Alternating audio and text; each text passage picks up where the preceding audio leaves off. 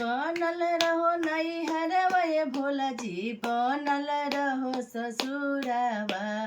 बनल रहो नैहरवा ये भोला जी, बनल रहो ससुरवा।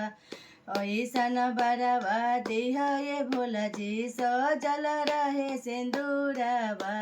ऐसन बर दिह ये भोला जी, सजल रहे सिंदूरवा। नैहर में दिया भोला बाप महतरिया, नसुर में कुल परिवारवा। नैहर में दिया भोला भाई भौजैया, ससुर में कुल परिवारवा। ऐसन बरवा दिया ये भोला जी, सजल रहे सिंदूरवा। बरवा दिया ये भोला जी, सजल रहे सिंदूरवा। घरवा में दिया भैया धनवा से पुतवा।